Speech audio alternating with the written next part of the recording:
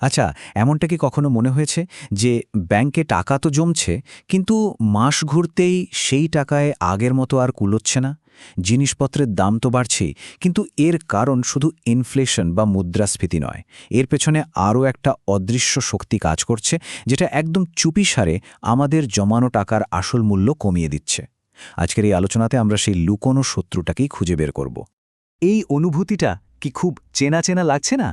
যে টাকাটা ব্যাংকে বেশ স্থির হয়েই আছে, কিন্তু তার কেনার ক্ষমতা মানে পারচেজিং পাওয়ার দিন দিন কমে যাচ্ছে। ঠিক এই প্রশ্নটার উত্তরই আমরা আজ খুঁজব, আর দেখব কিভাবে এই অদৃশ্য শক্তিটা আমাদের সবার আর্থিক অবস্থাকে প্রভাবিত করছে। হ্যাঁ, আমরা সাধারণত মুদ্রাস্ফীতিকেই সবকিছুর জন্য দোষারোপ করি, কিন্তু এর পিছনে এর চেয়েও বড় একটা খেলোয়াড় আছে, একটা অদৃশ্য শত্রু, যাকে আমরা বলছি সাইলেন্ট ট্যাক্স বা নীরব কর।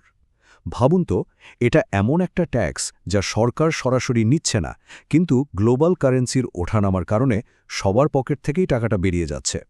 বেশ, তাহলে চলুন এই রহস্যের গভীরে ঢোকা যাক। আমাদের প্রথম সেকশনে আমরা এই অদৃশ্য শত্রুর মুখোশটা একটু খুলব আর বোঝার চেষ্টা করব যে এটা ঠিক কিভাবে কাজ করে। খুব সহজ করে যদি বলি, কারেন্সি ফ্ল্যাকচুয়েশন মানে হলো একটা দেশের টাকার দামের সাথে আরেকটা দেশের টাকার দামের যে লাগাতার পরিবর্তন, সেটাই। যেমন ধরুন, আমেরিকান ডলারের বিপরীতে ভারতীয় রুপির দামের ওঠানামা। যখন ডলার শক্তিশালী হয়, তখন রুপির দাম কমে যায়, আর এর সরাসরি প্রভাব আমাদের দৈনন্দিন জীবনে এসে পড়ে। এই স্লাইডটা দেখলে ব্যাপারটা একদম জলের মতো পরিষ্কার হয়ে যাবে। দেখুন, যখন রুপি দুর্বল হয়, মানে এর দাম কমে যায়, তখন $1 কেনার জন্য আমাদের আরও বেশি রুপি খরচ করতে হয়।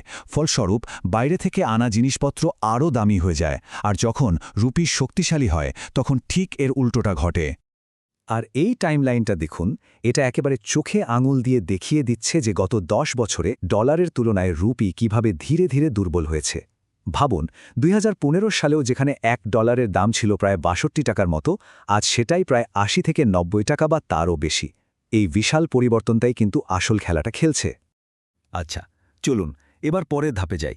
এই যে চার্টে আমরা এত সংখ্যা দেখছি, এটার আসল প্রভাবটা ঠিক কোথায় গিয়ে পড়ছে? কিভাবে এই সংখ্যাগুলো আমাদের মাসিক বাজেটে সরাসরি আঘাত আনছে, চলুন সেটাই দেখি। আসলে ব্যাপারটা হচ্ছে, আমাদের দৈনন্দিন জীবনের অনেক কিছুই কিন্তু আমরা বিদেশ থেকে আমদানি করি, আর তার দাম মেটাতে হয় ডলারে। যেমন অপরিশোধিত তেল, ল্যাপটপ, স্মার্টফোন, এমনকি নেটফ্লিক্সের সাবস্ক্রিপশনও। তো যখনই রুপি দুর্বল হয়, এই সব কিছুর দাম সরাসরি বেড়ে যায়। জ্বালানির দাম বাড়ে, যাতায়াতের খরচ বাড়ে, মানে প্রভাবটা সর্বত্র। অর্থনীতিবিদরা এই পুরো ব্যাপারটার একটা বেশ জম্পেশ নাম দিয়েছেন, ইম্পোর্টেড ইনফ্লেশন বা আমদানিকৃত মুদ্রাস্ফীতি। মানে ব্যাপারটা এমন যে আমরা শুধু তেল বা সোনা আমদানি করছি না, মুদ্রাস্ফীতিটাও বিদেশ থেকে আমদানি করছি। এখন যে সংখ্যাটা স্ক্রিনে দেখা যাচ্ছে, সেটা শুনলে হয়তো একটু ধাক্কা লাগতে পারে। একটা সমীক্ষা বলছে শুধুমাত্র কারেন্সি বা মুদ্রার এই অবমূল্যায়নের কারণে একটা গড় ভারতীয় পরিবারের বার্ষিক খরচ প্রায় 1,06,000 টাকা পর্যন্ত বেড়ে যেতে পারে। আর এটা কিন্তু সরকারের দেয়া ইনফ্লেশনের হিসাবের বাইরে। ভাবা যায় এই টাকাটা দিয়ে কত কি করা যেত। শুধু রোজগার খরচ নয়, এই সাইলেন্ট ট্যাক্সের আসল আঘাতটা কিন্তু আরও গভীরে। এটা আমাদের দীর্ঘমেয়াদী সঞ্চয়ের বিরুদ্ধে একটা লুকোনো যুদ্ধ চালিয়ে যাচ্ছে।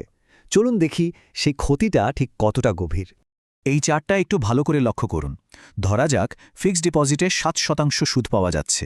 শুনতে তো বেশ ভালোই লাগছে, তাই না? কিন্তু মুদ্রাস্ফীতি আর এই কারেন্সি এফেক্ট, এই দুটো মিলে যদি খরচ 8% বা তারও বেশি বাড়িয়ে দেয়, তাহলে আসল রিটার্ন বা রিয়েল রিটার্ন আসলে মাইনাসে চলে যায়। মানে টাকাটা আসলে বাড়ছে না, উল্টে তার কেনার ক্ষমতা কমে যাচ্ছে। এই কথাটা খুব মন দিয়ে ভাবার মতো। আমাদের স্থিতিশীল সঞ্চয় আসলে একটি পরিবর্তনশীল সম্পদ, যা বিশ্বব্যাপী নানা শক্তির দ্বারা ক্রমাগত অবমূল্যিত হচ্ছে। এর মানে হলো, আমরা যে টাকাটাকে ব্যাংকে রেখে সবচেয়ে নিরাপদ ভাবি, সেটাও আসলে বিশ্ববাজারের এই অস্থিরতার শিকার। আচ্ছা, এতক্ষণ তো আমরা সমস্যাটা নিয়ে কথা বললাম, কিন্তু এর থেকে বাঁচার উপায় কি? এখন যেহেতু আমরা শত্রুটাকে চিনে ফেলেছি, তাই এর বিরুদ্ধে একটা প্রতিরক্ষা ব্যবস্থা গড়ে তোলার সময় এসেছে। আসুন একটা 5 দফা ডিফেন্স স্ট্র্যাটেজি দেখে নেওয়া যাক। এই স্লাইডে একটা খুব স্পষ্ট পরিকল্পনা দেওয়া আছে। প্রথমত, শুধু ব্যাংকে টাকা না রেখে ইকুইটি, সোনা বা আন্তর্জাতিক ফান্ডে বিনিয়োগ করে সঞ্চয়কে বিভিন্ন দিকে ছড়িয়ে দিন, কারণ সব ডিম এক ঝুড়িতে রাখাটা বুদ্ধিমানের কাজ নয়। দ্বিতীয়ত, যেখানে সম্ভব দামি আমদানি করা পণ্যের বদলে দেশীয় জিনিস ব্যবহার করুন। তৃতীয়ত, হেজিং সম্পর্কে জানুন, যেটা ভবিষ্যতের বড় কোনো বিদেশি খরচের জন্য আগে থেকেই একটা বিনিময় হার ঠিক করে রাখতে সাহায্য করে। চতুর্থত, নিজের আসল রিটার্নটা সবসময় হিসেব করুন, যাতে বিনিয়োগের প্রকৃত ছবিটা চোখের সামনে থাকে। আর সবশেষে অবশ্যই বিশ্ব অর্থনীতির খবরাখবরে নজর রাখুন, বিশেষ করে ডলার রুপির হারের উপর। তাহলেই সঠিক সময়ে সঠিক সিদ্ধান্ত নেওয়া সম্ভব হবে। তাহলে এখন যখন অদৃশ্য শত্রুটা আমাদের চেনা, আসল প্রশ্নটা হলো, এই যুদ্ধের জন্য আমাদের সঞ্চয় কি আদৌ প্রস্তুত? এই নতুন জ্ঞানকে কাজে লাগিয়ে নিজের আর্থিক ভবিষ্যৎকে সুরক্ষিত করার সময় কিন্তু এখনই। সিদ্ধান্তটা আমাদের নিজেদেরই নিতে হবে।